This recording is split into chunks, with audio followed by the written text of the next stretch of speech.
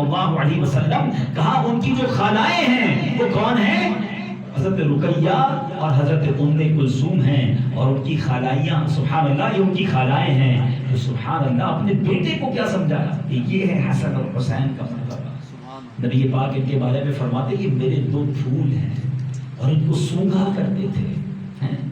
اعلیٰ حضرت کہتے ہیں نا ان دو کا صدقہ جن کو کہا میرے پھول ہیں، کیجیے رضا کو حشر میں خندہ مثال گل. حضور جن دو کو آپ نے پھول کہا ہے، مجھے بھی قیامت کے دن میرے سر پر گناہوں کا بوجھ نہ ہو، میں بھی مسکراتا ہوا پھول کی طرح قیامت کے دن ہو جاؤں. نبی پاک اپنے کاندھوں پر سواری کرواتے ہیں. امام حسن اور امام حسین وہ ہیں جن کا نام نبی پاک علیہ السلام نے رکھا. آج بچہ پیدا ہوتا ہے تو ہم کسی بزرگ کو کہتے ہیں ذرا گٹی دے دیں، کوئی منہ سے چبا کر، اچھی بات ہے تحنیک بھی کہتے ہیں اس کو، مگر امام حسن اور امام حسین کی قسمت تو دیکھو کہ ان کی زندگی میں جو پہلی خوراک انہیں دی گئی، نبی پاک نے اپنی مبارک زبان ان کے منہ میں دے دی. لعاب مصطفیٰ صلی اللہ علیہ وسلم لعاب حسنین سے ملتا ہے. اور ہم کسی بزرگ کو بلاتے ہیں حضور اذان دے دیں اللہ اکبر. امام حسین امام حسن رضی اللہ عنہ کی قسمت تو دیکھو کہ پہلی آواز ان کے کانوں نے سنی، وہ آواز کیا تھی؟ اللہ اکبر اللہ اکبر. نام کس کا؟ اللہ رب العالمین کا. اور آواز کس کی تھی؟ جناب رحمت للعالمین. یعنی کیا نسبت اور کیا قسمت پائی. لیکن اس کے باوجود اب میں آتا ہوں میسج کی طرف، زیادہ طویل بیان نہیں کر سکوں گا، لیکن میسج کی طرف آتا ہوں کہ یہ اتنا بڑا مقام، اتنا بڑا مرتبہ، پھر بھی شہید ہو رہے ہیں. نواسہ رسول شہید ہو رہے ہیں. شہادت بھی پہلے سے بتایا، بچپن میں ہی جبریل امین نے آ کے بتا دیا نبی پاک علیہ السلام کو کہ یا رسول اللہ حسین کو شہید کیا جائے گا. ایک بار بھی پیارے آقا علیہ السلام نے، بی بی فاطمہ نے، مولا علی نے اللہ کی بارگاہ میں دعا نہیں کی کہ یا اللہ اس بلا کو ٹال دے، اس مصیبت کو ٹال دے، یہ امتحان نہ آئے، ہمارا لاڈلا شہید نہ ہو. نہیں، ہر کوئی امتحان کے لیے تیار تھا. گویا بچے کو پالا جا رہا ہے اس امتحان کے لیے، پریپیئر کیا جا رہا ہے اس تکلیف کے لیے. اس سے میسج کیا ملتا ہے؟ اے امام حسین، اے کربلا والوں سے، اے پنجتن پاک سے محبت کرنے والوں، کربلا کا پیغام کیا ہے؟ پیغام یہ ہے کہ جب بھی اسلام کو قربانی چاہیے تو مسلمان قربانی دیتا، بھاگتا نہیں ہے. امام حسین نے گھر لٹا دیا، کمپرومائز نہیں کیا. آج لوگ کہتے ہیں یار کیا کریں، ہمارے محلے میں تو بڑا مشکل ہے دین پر عمل کرنا، ماحول اچھا نہیں ہے، اگر میں سچ بولوں گا تو میرا کاروبار ہی نہیں چلے گا، سارے ہی لوگ غلط بیانی کرتے ہیں اس لیے مجھے بھی کرنا پڑتا ہے. نہیں جناب، دوست ایسے ہیں جس کے ساتھ ہم نماز پڑھتے ہیں تو مذاق اڑاتے ہیں. عجب بہانے ڈھونڈ رکھے لوگوں نے، کمپرومائز کیا ہوا ہے دین کے ساتھ. اگر مجھے بیرون ملک میں سنا جا رہا ہے، یو کے جائیں، یورپ جائیں، ادھر لوگ کہتے ہیں یار ماحول ایسا ہے، ادھر اسلام پر عمل کرنا مشکل ہے. ارے یہی بات امام حسین کہتے تھے کہ تلواریں سامنے ہیں. آج میں بھی یزید کی بات مان لیتا ہوں، کدھر جاتا دین، مگر انہوں نے سر کٹا دیا، کمپرومائز نہیں کیا. یہ پیغام ہے پنجتن پاک کا، یہ پیغام ہے کربلا کے میدان سے کہ دین پیسوں سے نہیں بیچا جاتا، چند پیسوں کی خاطر اپنی شریعت اور اپنے دین کو بدلا نہیں جاتا. ہم مسلمان ہیں اور امام حسین کے چاہنے والے. ایک آخری بات، امام حسین نے تو جو کرنا تھا کر لیا، قیامت کے دن ہم نے بھی تو جانا ہے نا. اور تمنا ہے کہ نہیں کہ امام حسین سے ملنا ہے. ساری زندگی جن کی نیاز کھائی، جن کے نعرے لگائے، جن کے بیان سنے، جن کے فضائل سنے، ان کے تو پیچھے پیچھے جنت میں جانا ہے نا. اگر مثال کے طور پہ قیامت کے دن امام حسین سے ملاقات ہو گئی، حضرت علی اکبر سے ملاقات ہوئی، نوجوان بھی مجھے سن رہے ہیں، 18 20 22 سال کے نوجوان تھے نا، ہم شکل مصطفیٰ کہا جاتا ہے انہیں، وہ بھی شہید ہوئے نا، ان سے ملاقات ہو گئی. علی اصغر ننھے منھے شہزادے سے ملاقات ہو گئی، 6 ماہ کی عمر میں خنجر چلایا گیا گردن پر، اور انہوں نے ایک سوال پوچھ لیا. اے پارس والوں، میرے بیان کا یہی میسج ہے کہ ہم نے تو نانا کے دین کی خاطر سر کٹا لیا، سب کچھ لٹا دیا، بتاؤ تم نے دین کے لیے کیا کیا؟ کچھ ہے جواب دینے کو؟ اپنے آپ سے پوچھ، جواب دینے کو ہے کہ میں یہ کر کے آیا ہوں. یا رسول اللہ، اے نواسہ رسول، میں یہ چھوٹا سا اپنے حصے کا چراغ جلا کے آیا. نبی پاک کی بارگاہ میں عرض کرنے کو ہے، امام حسین کی بارگاہ میں عرض کرنے، کچھ پیش کرنے کو ہے. یا کہیں وہاں شرمندگی نہ اٹھانی پڑے کہ کرنا تو دور کی بات، میں تو دین بدنام کر کے آیا ہوں. کئی لوگ تو کام ایسے کرتے ہیں نا کہ لوگ مسلمانوں کو برا بھلا کہتے ہیں، اسلام کو برا بھلا کہتے ہیں کہ مسلمان تو جھوٹ بولتے ہیں، مسلمان تو ملاوٹ کرتے ہیں، مسلمان تو رشوت لیتے ہیں، مسلمان تو سارے برے کام تو کرتے ہیں۔ بھائی سوچئے وہ لوگ وہ اللہ کی بارگاہ میں، اللہ کے رسول کی بارگاہ میں، اور اگر کربلا والوں سے ملاقات ہوئی کیا جواب دو گے؟ یہ محرم کا مہینہ یہ ہر سال ہمیں یاد دلاتا ہے کہ کچھ ایسا کر جاؤ۔ سیدی اعلیٰ حضرت نے کتنا بڑا کام کیا، اس کے بعد بھی کیا کہتے ہیں، کام وہ لے لیجئے تم کو جو راضی کرے۔ ایسا کام کر جاؤ کہ نبی پاک علیہ الصلوۃ والسلام راضی ہو جائے۔ کام وہ لے لیجئے تم کو جو راضی کرے، ٹھیک ہو نام رضا تم پہ کروڑوں درود۔ تو ہم نے ایسا کام کرنا ہے، اور الحمدللہ آج کے دور میں صحابہ کرام اور اہل بیت کی محبت کے جام، ان کے طریقہ زندگی پر چلنے کا طریقہ ہمیں دعوت اسلامی سکھاتی ہے، بتاتی ہے۔ یہ مدنی ماحول بہت بڑی نعمت ہے ہمارے لیے۔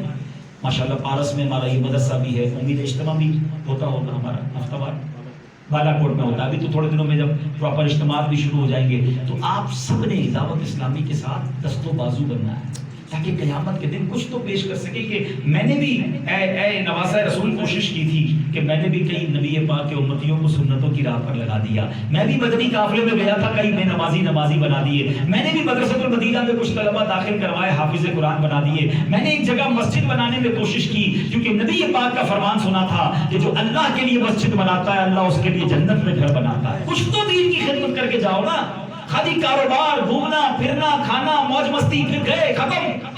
فرق کیا ہے ہم میں اور باقی لوگوں میں؟ اپنے آپ کو پنجتن کا غلام بھی کہیں اور دین کی کوئی خدمت بھی نہ کریں، یہ کیسی غلامی ہے؟ پنجتن کا غلام کہلانے والے کی نماز قضا ہو سکتی ہے؟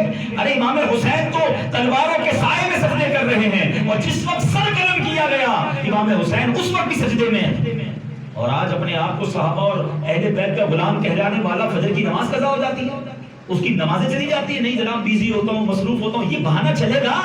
وہ تلواروں کے سائے میں۔ اچھا یہ ساری باتیں آپ نے سنی ہیں، کئی بار سنی ہیں، فرق کیا پڑا؟ جب محرم صرف واقعات سنانے کے لیے، محفل کرنے کے لیے، لنگر کھانے کے لیے آتا ہے، میسج لے کر جائیں نا کہ نہیں بہت ہو گیا بھائی، اگر میں واقعی امام حسین کا چاہنے والا، میں واقعی اہل بیت کا غلام ہوں، تو اب میری نماز کیسے قضا ہو سکتی ہے؟ میں کیسے دین کو نقصان پہنچا سکتا ہوں؟ میں کچھ نہ کچھ اپنے حصے کا چراغ دنیا سے جلا کر جاؤں گا تاکہ وہاں جاؤں تو کچھ منہ دکھا سکوں، پیش کرنے کے لیے کچھ تو ہونا۔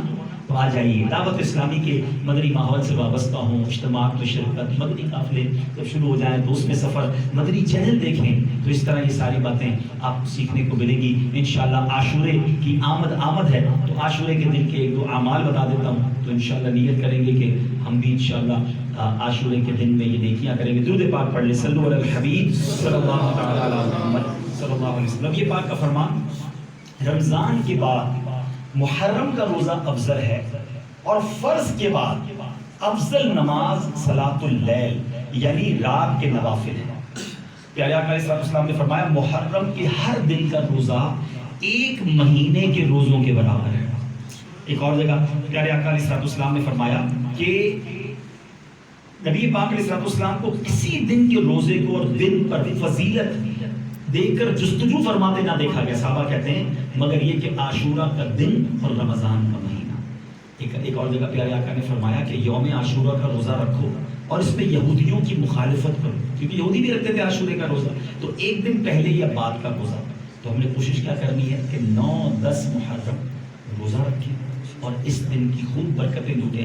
اس دن ہو سکے 10 محرم کو تو اپنے گھر میں اچھے اچھے کھانے پکائیں، اہل بیت اطہار کی نیاز دیں، فاتحہ کریں کہ جو اس دن جو ہے وہ اچھے اچھے کھانے پکاتا ہے تو سال بھر اس کے گھر میں برکت رہتی ہے۔ اپنے بچوں کے لیے دسترخوان اچھا بنا لیں اور پھر اس دن غسل کریں 10 محرم کو۔ تو 10 محرم کو زمزم شریف کی جو برکتیں ہیں وہ ساری دنیا کے پانیوں میں پہنچتی ہیں۔ مفتی احمد یار خان نعیمی رحمۃ اللہ تعالی فرماتے ہیں اسی طرح یوم عاشورہ کو اسمد سرما آنکھوں میں لگائیں تو انشاءاللہ اس کی آنکھیں کبھی بھی نہ دکھیں گی۔ تو اللہ پاک ہمیں عاشورے کی برکت عطا فرمائے، اس مہینے کا احترام نصیب فرمائے، اور خوب نیکیاں کرنے کی توفیق عطا فرمائے۔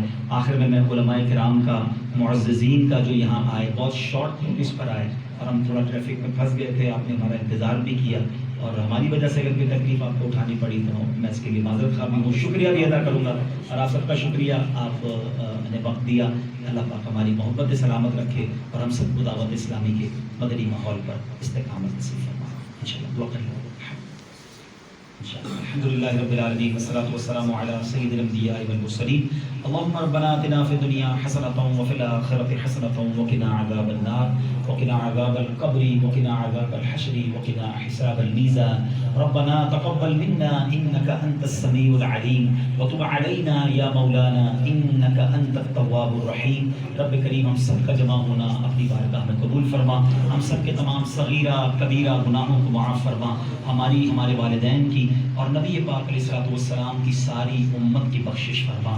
اے اللہ، ہم جمع ہوئے ہیں، پارس کے اسلامی بھائی آئے ہیں، وقت نکال کر آئے ہیں، سب کو اس کی برکت عطا فرما، صحابہ کرام اور اہل بیت کے نقش قدم پر چلنے والا بنا، ہم سب کو 5 وقت کا نمازی بنا دے، سنتوں کا پابند بنا دے۔ اے اللہ، ہمارے پارس میں، بالا کوٹ میں، بلکہ اس پورے حصے میں، کاغان، ناران، ہر جگہ پر دعوت اسلامی کو ترقیاں عطا فرما اور ہمیں ان ترقیوں میں، ان کاموں میں اپنا حصہ ملانے کی کوشش کرنے کی توفیق عطا فرما۔ ہمیں پارس میں بھی جامعۃ المدینہ نصیب فرما، جو مدرسۃ المدینہ موجود ہے، اس میں جو بچے پڑھ رہے ہیں سب کے حافظوں کو مضبوط فرما، حافظ باعمل بننا نصیب فرما اور اس مدرسے کو بھی ترقیاں عطا فرما۔ جتنے لوگ یہاں دعوت اسلامی کے ساتھ تعاون کرتے ہیں میرے مولا، سب کی تمام مشکلوں کو دور فرما دے۔ رب یسر ولا تعسر وتمم لنا بالخیر یا فتاح وبک نستعین۔ دنیا میں ہر آفت سے بچانا مولا، عقبا میں نہ کچھ رنج دکھانا مولا، بیٹھوں جو درے پاک پیمبر کے حضور، ایمان پہ اس وقت اٹھانا مولا۔ ببرکۃ ان اللہ وملائکتہ یصلون علی النبی یا ایھا الذین آمنوا صلوا علیہ وسلموا تسلیما۔ صلی اللہ علی النبی الامی وآلہ صلی اللہ علیہ وسلم۔ صلاۃ و سلاما علیک یا سیدی یا رسول اللہ۔ جب تمہیں واپسی ہو یا اللہ، سامنے ہو روضہ رسول اللہ اور لب پہ ہو لا الہ الا اللہ محمد رسول اللہ۔ ادب و شوق کے ساتھ صلاۃ و سلام۔